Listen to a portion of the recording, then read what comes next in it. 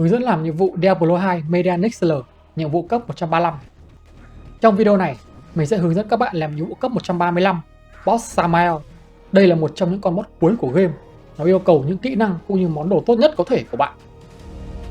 Để có vé vào gặp Samael, bạn cần kiếm đủ những thành phần sau. Đầu tiên là viên Pulsating Worldstone Shard, có xác suất rơi khi đánh bêu, bạn transmute tới khi nó chạy hết chữ. Thứ hai là The Sleep Boss 125. Thứ ba là nhẫn map Dunkirk Lost Trance Boss 125. Thứ năm là nhẫn map The Void 130. Thứ sáu là Chambot Udician 130. Bạn ép tất cả 6 thứ lại sẽ ra nguyên liệu gọi boss là viên Pulsating Worldstone Crystal. Ép cái này với một cục Signet Greater Signet of Learning, tức là cục Signet 25 điểm, bạn sẽ mở được cổng gọi boss. Bạn chỉ gọi được khi đứng ở nhà Act 5 và độ khó Hell. Viên pha lê gọi boss có thể sử dụng nhiều lần. Từ nay, mỗi lần muốn vào gặp boss bạn chỉ cần tốn một cục Greater Signet thôi. Được rồi, bây giờ chúng ta vào gặp boss. Max thời gian lockdown là 13 phút. Samael có những khả năng đặc biệt sau. Đầu tiên đó là bạn sẽ không thể mở cổng khi ở đây. Thứ hai là mỗi khi bạn chết, boss sẽ hồi 33% máu. Đây là điều đau khổ nhất, vì mỗi lần chết và quay lại map, gần như bạn sẽ phải đánh lại từ đầu. Thứ ba, boss có gần như tất cả các loại sát thương và đều rất đau nên bắt buộc bạn phải mắc tất cả những gì có thể. Trên bản đồ, bạn sẽ thấy 4 con sâu cố định liên tục đánh sát thương băng. Đây là thứ khiến bạn không bao giờ được đứng yên một chỗ. Còn boss, nó sẽ đánh liên tục các skill vật lý, lửa và magic, cụ thể như sau.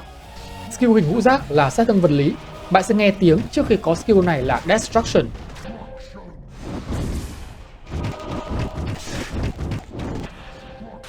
Một hình ngũ giác đỏ sẽ xuất hiện.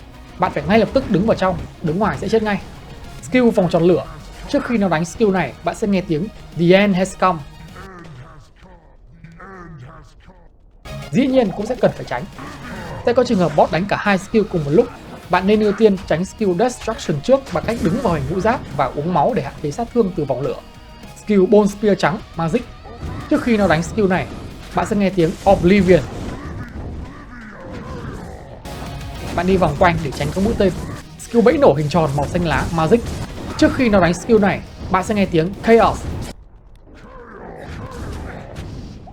Đây là skill rất nguy hiểm vì nó khá khó nhìn, dễ làm bạn chủ quan, cần phải quan sát kỹ và tránh tất cả. Hãy mang theo thật nhiều bình máu và mắc tất cả các kháng có thể. Nên nhớ mỗi lần bạn chết, boss sẽ hồi 33% máu. Đây là con boss thử thách tất cả từ đồ đạc, tới kỹ năng cũng như kinh nghiệm của bạn. Nếu đánh các skill nguyên tố, bạn cần 199% xuyên kháng để có sát thương cao nhất. Do kháng của Samael rất cao, có thể nói là cao nhất game.